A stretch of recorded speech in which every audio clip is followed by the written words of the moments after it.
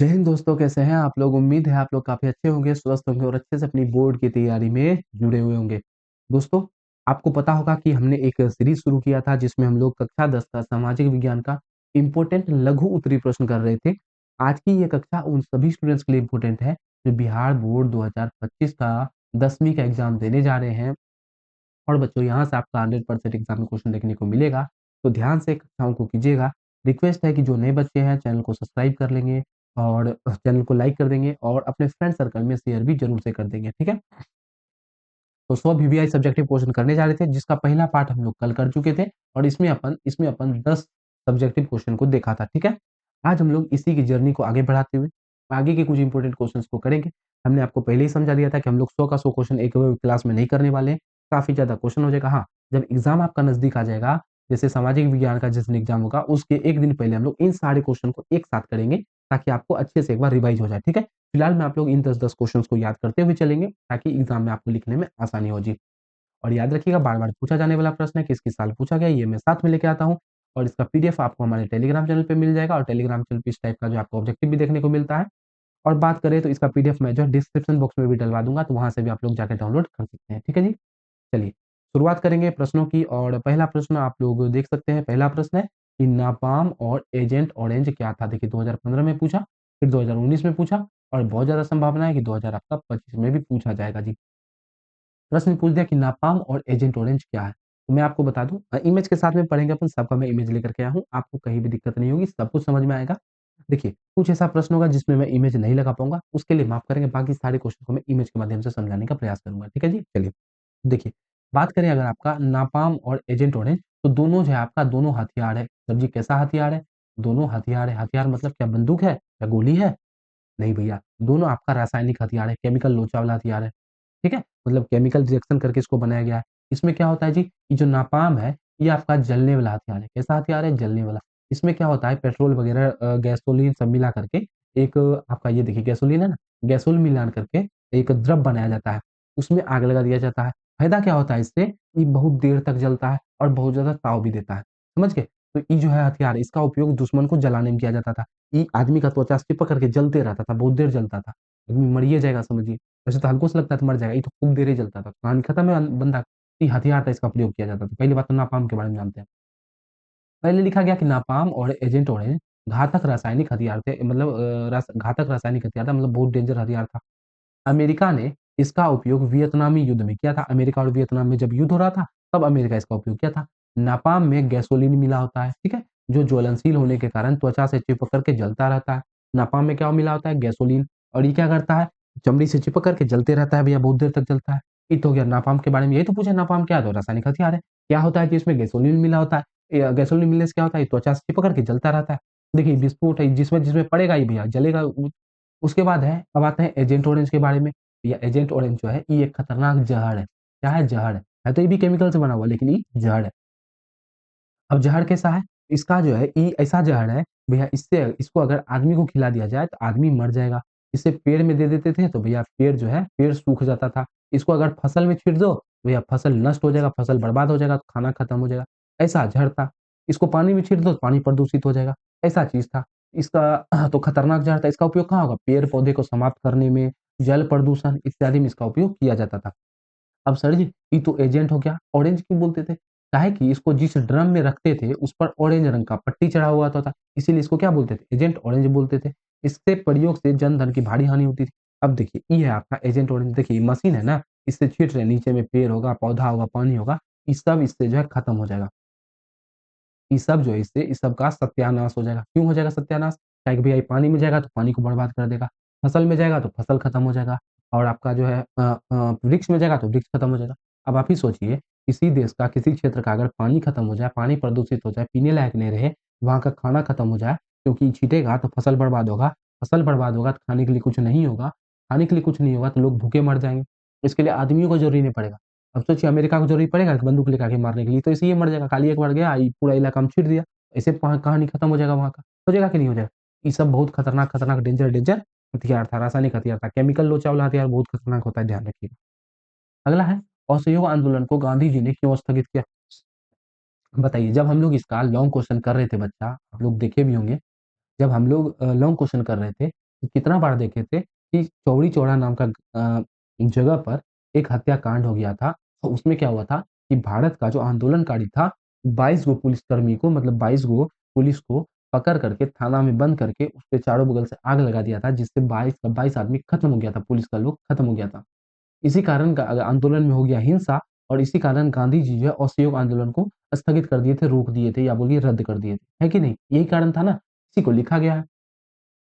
महात्मा गांधी द्वारा आरंभ किया गया असहयोग आंदोलन कब से कब शुरू हुआ था? 1920 से 22 तक चला था। प्रथम जन आंदोलन था, पहला जन आंदोलन था। अब जन आंदोलन मतलब क्या होता है सर जी?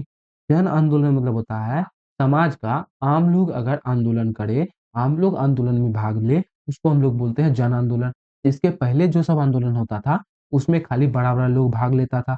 लेकिन इसमें समाज का हर वर्ग का लोग, श्रमिक हो, किसान हो, हल्का मध्यम वर्ग हो, शिक्षित हो, सबको भाग लिया था, इसीलिए इसको जो है हम लोग बोलते हैं प्रथम जन आंदोलन। गांधी जी का यह आंदोलन सत्य और अहिंसा के सिद्धांत पर आधारित था, बिल्कुल सत्य और अहिंसा के सिद्धांत पर यह आंदोलन का सभ्य आंदोलन आधारित था। लेकिन 5 फरवरी 1922 को गोरखपुर यानी उत्तर प्रदेश में जो कि चौरी चौराहा नामक स्थान पर आंदोलनकारियों की भीड़ ने पुलिसकर्मियों पर हमला कर दिया। चौरी चौरा नाम का स्थान पर गाँव में जो है वहाँ पर पुलिस पर हमला किया, जिससे 22 पुलिसकर्मी को जिंदा जला दिया गया। इस घटना से गांधी जी काफ़ी दुखी हुए और चूँकि उनका आंदोलन पूरी तरह अहिंसात्मक था और अहिंसा अहिंसा के सिद्धांत पर आंदोलन लड़ रहे थे, लेकिन आंदोलन में हिंसा हो जाने के कारण उन्होंने असहयोग आंदोलन को स्थगित कर दिया, मतलब रोक दिया। ये देखिए भैया इसी में ऐसा फ़ोटो बनाया गया है, इसी में सबको जला दिया था। ठीक है? ऐसा कुछ हुआ था। असहयोग आंदोलन का बार-बार हम आपको बता रहे हैं, एग्ज़ाम में क्वेश्चन आएगा। चलिए जी, अगला प्रश्न देखेंगे। अगला प्रश्न आपका कि चंपारण सत्याग्रह का संक्षिप्त परिचय दें। कब-कब पूछा गया है? 2021 में और 2022 के एग्ज़ाम में पूछा गया है।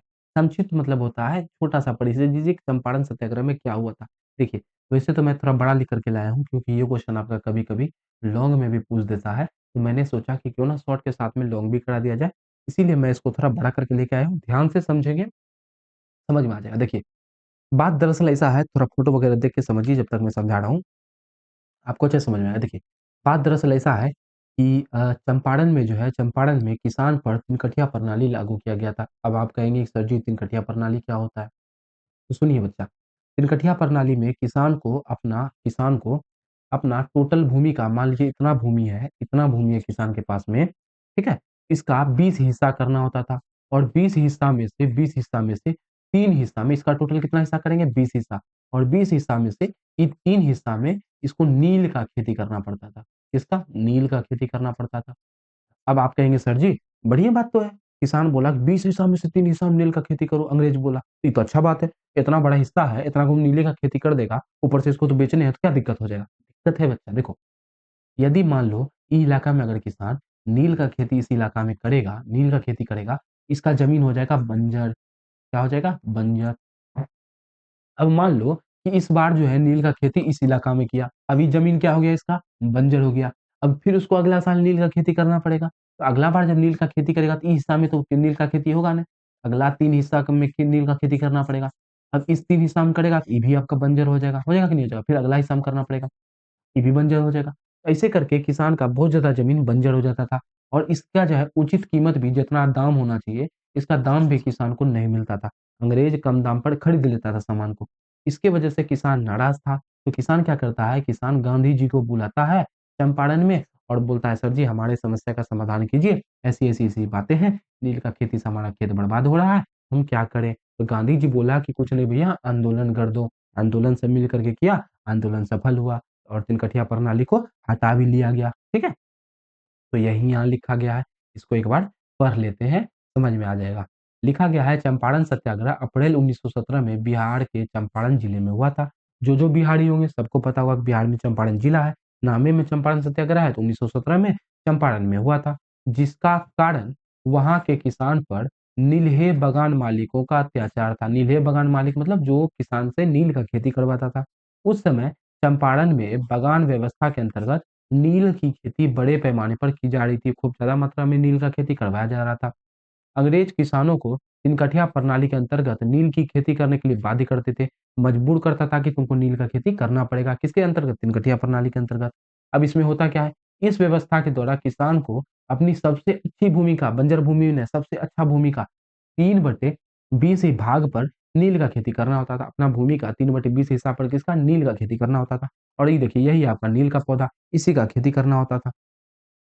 नील किसान नील नहीं उपजाना चाहते थे क्योंकि इससे ज़मीन की उर्वरा शक्ति उसमें जो फसल उपजाने का क्षमता होता था, वो कम हो जाता था।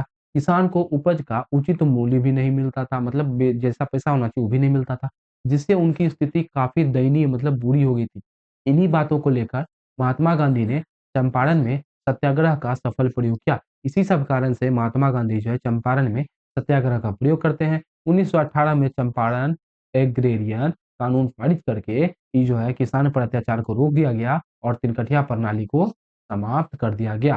ठीक है? तो ये हो गई आपकी चंपारण सत्याग्रह। उम्मीद है आपको क्लियर होगा। हमने कहानी के माध्यम से भी आपको बता दिया और पढ़ के भी बता दिया और पीडीएफ से आप लोग लेंगे, इस तरह से जब आपको कलरफुल नोट्स मिलेगा और साथ ही में आपको इस टाइप का इमेज मिलेगा तो आपको और अच्छे से समझ में आ जाएगा, पढ़ने में भी खूब ज़्यादा मज़ा आएगा। ठीक है? अगला है दांडी यात्रा का क्या उद्देश्य था? सर जी दांडी यात्रा मतलब ये देखो भैया, ये है आपके फेमस गांधी जी और गांधी जी निकल गए 78 गो गांधी जी सुनिएगा, सुनिएगा गांधी जी जो है 78 गो आदमी के साथ में निकल गए थे यात्रा पे। कहाँ से कहाँ तक? सर जी साबरमती से दांडी की यात्रा पे। अब ये यात्रा क्यों किए थे? भारत देश में नमक बनाने का अधिकार जो है सिर्फ अंग्रेज के पास था और अंग्रेज औना-पौना दाम पर नमक को बेचा करता था। अब नमक सबका ज़रूरी है, तो सबके ज़रूरी के लिए किसान अंग्रेज सोचता था कि सबको ज़रूरत पड़ेगा, हम ₹1 महँगा भी लेंगे तो सब खरीदेगा ही खरीदेगा और जो है इससे जो है अंग्रेज को बहुत ज़्यादा फ़ायदा होता था और आम लोग को बहुत ज़्यादा घाटा लगता था। इसीलिए गांधी जी सोचे, भैया इन नमक को लेकर के आंदोलन करना चाहिए। इसीलिए गांधी जी शुरू करते हैं दांडी यात्रा, मतलब साबरमती से दांडी तक की यात्रा। इसमें 78 गो आदमी गांधी जी के साथ में चले थे और ये जो है 78 गो आदमी मिल करके दांडी में जाकर के समुद्र के किनारे है, गुजरात में है वैसे तो यहाँ पर ई इलाका में है, यहाँ पर है, तो यहीं पर समुद्र के किनारे में जाकर के ये बनाए थे नमक और यहाँ पर भंग कर दिए थे नमक कानून को, नमक पे जो अंग्रेज एकाधिकार किया गया था अंग्रेज द्वारा उसको समाप्त कर दिए थे। तो यही आपका दांडी यात्रा। चलिए, इसको एक बार हम लोग पढ़ लेते हैं। दांडी यात्रा 12 मार्च 1930 को हुआ था, शुरू हुआ था। 12 मार्च से 6 अप्रैल को समुद्र के पास पहुँच गए थे। नमक कानून भंग करने के लिए की गई थी। क्यों की गई थी? क्या उद्देश्य था? नमक कानून को भंग करना। नमक के उत्पादन पर सरकारी नियंत्रण था और यहाँ सरकार किसकी थी? सर जी, इन्हें सोचिए कभी सरकार है मोदी जी, सरकारी मतलब पूरे देखिए तो उस समय जो है सरकारी मतलब होता था अंग्रेज। अंग्रेज का नियंत्रण था। गांधी जी इसे अन्याय समझते थे। गांधी सोचते थे कि सरकार को इसमें हस्तक्षेप नहीं करना चाहिए। अब भैया नमक बनाना सबका ज़रूरी है, सब अपना-अपना नमक बना ले या सस्ता दाम में दे दे, लेकिन ये जो है सरकार नियंत्रण करके उसको महँगा दाम में देता था। तो इसी कारण जो है गांधी जी दांडी 6 अप्रैल को पहुँच करके समुद्र के पानी से नमक बनाया और नमक कानून को भंग किया। आपको पता होगा कि समुद्र के पानी से नमक बनता है, तो नमक बना के भंग कर दिया। अगला है असहयोग आंदोलन। असहयोग आंदोलन प्रथम जन आंदोलन था कैसे? अब बताना है कि असहयोग आंदोलन जो है पहला जन आंदोलन कैसे था? अब बताइए ये भी कोनो प्रश्न है जी? आराम से बन जाएगा। हमने आपको पहले ही बता दिया था कि असहयोग आंदोलन में किसान, मज़दूर, शिक्षित, अशिक्षित, हाँ, वकील सब कोई भाग लिया था। सबको सहयोग करना छोड़ दिया था। इसी कारण इसको क्या बोलते हैं? असहयोग जन आंदोलन बोलते हैं। महात्मा गांधी के नेतृत्व में चलाया गया असहयोग आंदोलन प्रथम जन आंदोलन था। इस आंदोलन को असहयोग और बहिष्कार से शुरू किया गया था। थोड़ा-सा इंट्रोडक्शन लाइन लिखिए। इस आंदोलन में शहरी क्षेत्र में शहर में जो है मध्यम वर्ग होता था और ग्रामीण क्षेत्र में किसान, आदिवासी, श्रमिक का व्यापक समर्थन मिला। इसीलिए इसको क्या बोला जाता है? इसीलिए इसको प्रथम जन आंदोलन बोला जाता है। अगला प्रश्न है तो देखिए ये प्रश्न आपका पूछा गया बच्चा 14, 18, 20 मतलब इम्पोर्टेंट है, याद रखिएगा, इसको करके जाइएगा। स्वदेशी आंदोलन का भारतीय उद्योग पर क्या प्रभाव पड़ा? स्वदेशी स्वदेशी आंदोलन में क्या हुआ था बच्चा कि स्वदेशी आंदोलन में क्या हुआ था कि भारत का लोग जो है अपने से अपना कपड़ा बनाना, सूती वस्त्र बनाना ये सब शुरू कर दिया था। तो इसी को बोलते हैं स्वदेशी आंदोलन, मतलब अपना सामान का यूज़ करना और बाहर से जो सामान आ रहा है, जो अंग्रेज लेके आ रहा है उसका बहिष्कार करना, ये शामिल था इसमें। 1905 में बंग भंग बोलते हैं बंगाल विभाजन को, आंदोलन ने स्वदेशी और बहिष्कार की नीति से भारतीय उद्योग लाभान्वित हुए। 1905 में जो बंगाल विभाजन हुआ था, उसके बाद स्वदेशी और बहिष्कार आंदोलन हुआ, इससे भारत का उद्योग को फायदा हुआ। क्या फायदा हुआ? यह स्वदेशी आंदोलन से क्या हुआ? ब्रिटिश से जो भी वस्तु आता था, उसको खरीदना लोग बंद कर दिया और अपने से बना करके वस्तु का उपयोग किया, अपने से उत्पादन किया, अपने से सब चीज़ किया, ठीक है? तो पहले ब्रिटिश से जो कपड़ा लेकर के आते थे अंग्रेज, तो भारत का लोग बोला कि अब हम आपका कपड़ा नहीं पहनेंगे और जो है अपने से सूती वस्त्र से कपड़ा बनाया और अपना कपड़ा बना-बना करके पहना था। ठीक है? तो धागा के स्थान पर कपड़ा बनना आरंभ हो गया। पहले धागा बना के ब्रिटेन भेजा जाता था, अब क धागा के साथ में कपड़ा भी बनने लगा। इससे वस्त्र उत्पादन में तेज़ी आई। 1912 तक सूती वस्त्र का उत्पादन दुगुना हो गया। पहले जितना होता था 1905 में उससे दुगुना हो गया। उद्योगपतियों ने सरकार पर दबाव डाला कि वह आयात शुल्क में वृद्धि करे और देशी उद्योगों को रियायत प्रदान करे। देखिए, पहले होता क्या था कि अंग्रेज जो है देखिए, एक नीति समझिएगा आप लोग। जैसे मान लीजिए ई है अपना भारत देश, ई बन गया अपना भारत देश, ठीक है? और यहाँ पर मान लीजिए यहाँ पर हमने घर में बनाया कपड़ा, ठीक है? अब इसमें लग गया मेहनत, काहे कि अपने हाथ से बनाएँगे, तो मेहनत से बनाया कपड़ा। अब यहाँ का कपड़ा का दाम है ₹100 किलो, ₹100 एक कपड़ा का दाम। मान लीजिए कोई अभी हालाँकि इतना नहीं है, अब कोई बाहर से कंपनी आया, मान लीजिए ब्रिटिश का जो आया, वो यहाँ आके कपड़ा बेच रहा था ₹80। अब ₹80 में ई बेच रहा है और ई बेच रहा है ₹100 में। दोनों को सरकार को टैक्स देना पड़ता है। अब सामान बेचने के लिए टैक्स तो देना पड़ेगा, कर देना पड़ेगा, दोनों को टैक्स देना पड़ रहा है। तो समझिएगा बात को। अब मान लीजिए कि भारत का लोग क्या बोला कि सर जी, अभी जो हम ₹100 में कपड़ा बेच रहे हैं, आप हमको टैक्स में छूट प्रदान कीजिए। अब छूट प्रदान करने से क्या होगा? तो ये जो मान लीजिए ₹100 में मान लीजिए अभी ₹20 टैक्स दे रहा है, ठीक है? उस समय यदि टैक्स को ₹10 कर दिया जाए, टैक्स को कम कर दिया जाए, ये जो कपड़ा ₹100 में मिल रहा था, ये ₹90 में मिल जाएगा।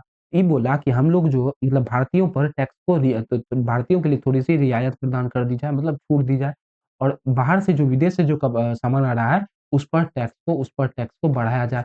मतलब अभी जो इससे भी मान लीजिए ₹20 ले रहा है, तो इससे ₹20 नहीं लेके इससे ₹40 ले लिया जाए। अब इसका दाम कितना हो जाएगा? 80, 40, ₹120 हो गया। अभी कितना में बिकेगा? ₹120 में बिकेगा। अब जो कपड़ा ₹120 में बिकेगा, अब बताइए भारत का कपड़ा मिल रहा है ₹90 में और बाहर से कपड़ा आ रहा है ₹120 में, तो आदमी किसको खरीदेगा? भारत वाला कपड़ा खरीदेगा। इसका रोज़गार पूरा बर्बाद हो जाएगा कि नहीं हो जाएगा? बिल्कुल हो जाएगा। तो यही कारण था।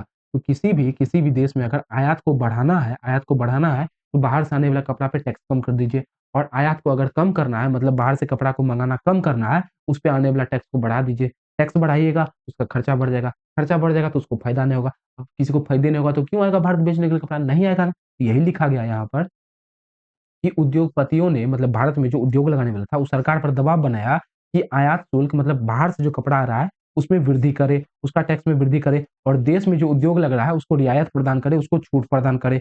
कपड़ा उद्योग के अतिरिक्त अन्य छोटे-छोटे उद्योग का भी इसमें विकास हुआ था। अब देखिए, यही है ये है चरखा भैया। अब देखिए सूत बना रहा है, सूती कपड़ा बना रहा है कि नहीं बना रहा है? इसका पूरा मतलब अपना देश का कपड़ा बनाने का प्रयास कर रहा है ये लोग। अपने से सूट बना रहा है, कपड़ा सब चीज़ बनाएगा अपने से, ठीक है? तो ये सब चीज़ें स्वदेशी आंदोलन में हुई थी। इसी तरह से भैया बढ़ावा दिया था उद्योग पर, बढ़िया प्रभाव पड़ा था, खराब प्रभाव नहीं पड़ा था। अगला है दल-बदल कानून क्या है?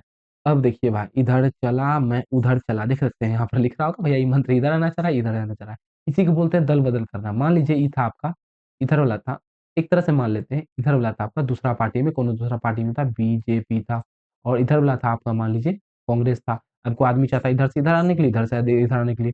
ऐसा नहीं हो, इधर से इधर नहीं जा पाए, नहीं तो मान लीजिए कि ये वाला जीत गया, कोई जो है बीजेपी आपका मान लीजिए ये आपका जो है बीजेपी जीत गया। कोई भी और ई हार गया। इसका लोग सोचेगा कि हम इधर चले जाते हैं, बीजेपी तरफ चले जाते हैं जिससे भैया फ़ायदा होगा हमको, मेरा सरकार हो गया एक तरह से। ऐसा ना हो इसीलिए दल-बदल कानून बनाया गया था कि दल कोई बदल नहीं सके, इसीलिए दल-बदल कानून बनाया गया था। 12, 15, 17, 21 में पूछा गया प्रश्न है, इम्पोर्टेंट है। दल-बदल कानून, यदि कोई निर्वाचित सांसद या विधायक सांसद-विधायक जानबे करते होंगे भैया जो संसद का सदस्य होता है उसको सांसद बोलते हैं और जो विधानमंडल का सदस्य होता है उसको विधायक बोलते हैं।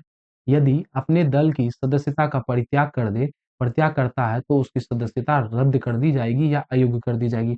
यदि कोई सांसद है और वो अपना जो है दल बदलना चाहता है और दल बदलने के लिए एक का उसको जो है परित्याग करना पड़ेगा, एक का सीट उसको छोड़ना पड़ेगा। यदि कोई ऐसा करता है तो उसका जो सदस्यता है उसको रद्द कर दिया जाएगा, उसको सदस्यता रद्द कर दी जाएगी, समाप्त कर दी जाएगी।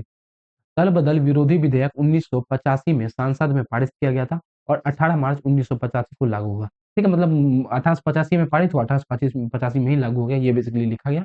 मेन आपका यहाँ से यहाँ तक है दल-बदल कानून क्या है, तो यहाँ से यहाँ तक आप लोग लिख देंगे, आपका उत्तर पूरा हो जाएगा।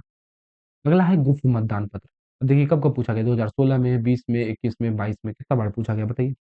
देखिए, ये चुपचाप क्या बोल रहा है भैया चुपचाप वोट डालो, ये नहीं बोल रहा है। चुपचाप वोट डालो, इसी को बोलते हैं गुप्त मतदान। देखिए, मतदान पत्र वह दस्तावेज है जिसे मतदाता अपने मताधिकार का प्रयोग करता है। मतदान पत्र वो होता है भैया जिससे अब वोट डालने वाला जो आदमी है वो अपना वोट का प्रयोग करता है। अब वो पत्र नहीं होता है, वो आप लोग जाते हैं ना ईवीएम मशीन पे जहाँ वोट डालता है, बस वही समझ लीजिए। अगर इसे गुप्त रूप से मतलब चुपचाप व्यवहार में लाया जाए, चुपचाप वोट डाल दें, इसे क्या बोलेंगे? गुप्त मतदान पत्र कहेंगे। याद रखिएगा, इसको ध्यान से रट लीजिएगा बच्चा, एग्ज़ाम में क्वेश्चन आएगा ही आएगा, ठीक है? याद करने वाला प्रश्न है। अगला है राजनीतिक दल की परिभाषा दें। अब राजनीतिक दल का परिभाषा देना है 2024 और दो 14 और 20 में पूछा गया है। चलिए फटाफट से पढ़ लेते हैं। लोगों का एक ऐसा संगठित समूह जो चुनाव लड़ने और सत्ता प्राप्त करने के उद्देश्य से कार्य करता है, राजनीतिक दल कहलाता है। मतलब लोग का एक ऐसा समूह होता है जो चुनाव लड़ने के लिए या राजनीति में सत्ता प्राप्त करने के लिए कार्य करता है, उसका उद्देश्य से कार्य करता है, उसी को राजनीतिक दल बोलते हैं। अब कोई आदमी है, वो चुनाव में भाग ही नहीं लेना चाहता है, वो सत्ता ने प्राप्त करना चाहता है, तो उसको राजनीतिक दल बोलेंगे? नहीं बोलेंगे। राजनीतिक दल एक समूह होता है, एक अकेला आदमी राजनीतिक दल नहीं हो सकता है। वो पॉलिटिशियन होगा, राजनीतिज्ञ का, लेकिन राजनीतिक दल नहीं होगा। दल मतलब ही होता है समूह। तो एक लोगों का संगठित समूह होता है, जिसका काम क्या है? चुनाव लड़ना और राजनीतिक सत्ता सत्ता प्राप्त करना। इसी के उद्देश्य से काम करे, उसी को बोलेंगे राजनीतिक दल। यह समाज के सामूहिक हितों को ध्यान में रखते हुए कुछ नीति का निर्माण करता है। समाज का सामूहिक हित मतलब समाज के हित को ध्यान में रखते हुए कुछ नीति बनाता है और चुनाव जीतने के बाद में उस नीति को लागू करने का प्रयास करता है। यही होता है राजनीतिक दल। दबाव समूह किसे कहते हैं? अब देखिए, दबाव समूह ऐसे व्यक्तियों का समूह होता है जो कुछ विशेष लाभ के लिए आपस में बंधा होता है। यह कुछ व्यक्तियों का ऐसा समूह है जो मान्य एवं सामान्य उद्देश्यों की प्राप्ति के लिए सरकार से कुछ मांग करके उनकी नीतियों को प्रभावित कर सकते हैं। देखिए, दबाव समूह क्या होता है बेसिकली? मान लीजिए कि कोई सरकार है, मान लीजिए कि आपका नीतीश कुमार है। अब होता क्या है कि कुछ समूह ऐसा होता है, जो नीतीश कुमार को बोलता है, "सर जी, आपने जो ये योजना लाया है, ये ठीक नहीं है। इसमें ये सुधार कीजिए, जनता ये चाहती है, वो चाहती है।" इसके लिए सरकार पर दबाव बनाता है कि आप ये गलत कर रहे हैं, आप ये सही कर रहे हैं। देखिए, विरोधी अलग होता है, दबाव अलग होता है। तो समझे? तो वो जो है सरकार पर दबाव बनाता है कि इस तरह से काम कीजिए, ऐसे काम कीजिए। अपना उद्देश्य का पूर्ति के लिए सरकार पर दबाव डालता है। इसी दल को, इसी समूह को हम लोग बोलते हैं दबाव समूह। तो यही और लिखा गया है कि जो मान्य एवं समान उद्देश्यों की प्राप्ति के लिए सरकार से कुछ मांग करता है और उसकी नीति को प्रभावित करता है। ठीक है? तो ये हो गया आपका दबाव समूह। उम्मीद है यहाँ तक आपको क्लियर होगा और देखिए आज की आपकी पॉलिटिक्स की कक्षा थी, इसी कारण इसमें इमेज कम हो गया। देखिए इमेज उसमें दिखाएँगे ना जिसमें आपको इमेज देखने का संभावना हो, जिसे याद होने की संभावना हो। जैसे अगर बात करें जियोग्राफी हो गया, जियोग्राफी में आपको इमेज देख के समझिएगा तो आपको अच्छा समझ में आएगा, आनंद आएगा। ठीक है? तो फिलहाल में बात करेंगे तो आज अपन इतना ही रहने देते हैं। जैसा कि हमने कहा 10-10 क्वेश्चन हम लोग डेली करते हैं। आज तक में आपका 20 क्वेश्चन कंप्लीट हो गया है बच्चा। और याद रखिएगा जो हम पिछला करवा रहे हैं उसको याद करते हुए चलिएगा, रिवाइज़ करते हुए चलिएगा क्योंकि एग्ज़ाम में क्वेश्चन यहाँ से आएगा, फँसेगा। ठीक है? आशा है आज की कक्षा आपको पसंद आई होगी तो क्लास को एक लाइक कर देंगे बच्चा, चैनल को सब्सक्राइब कर देंगे और शेयर भी ज़रूर से कर देंगे। तो मिलेंगे आपसे अगली कक्षा में आगे के प्रश्नों के साथ में। तब तक हँसते रहेंगे, मुस्कुराते रहेंगे। जय हिंद, जय भारत।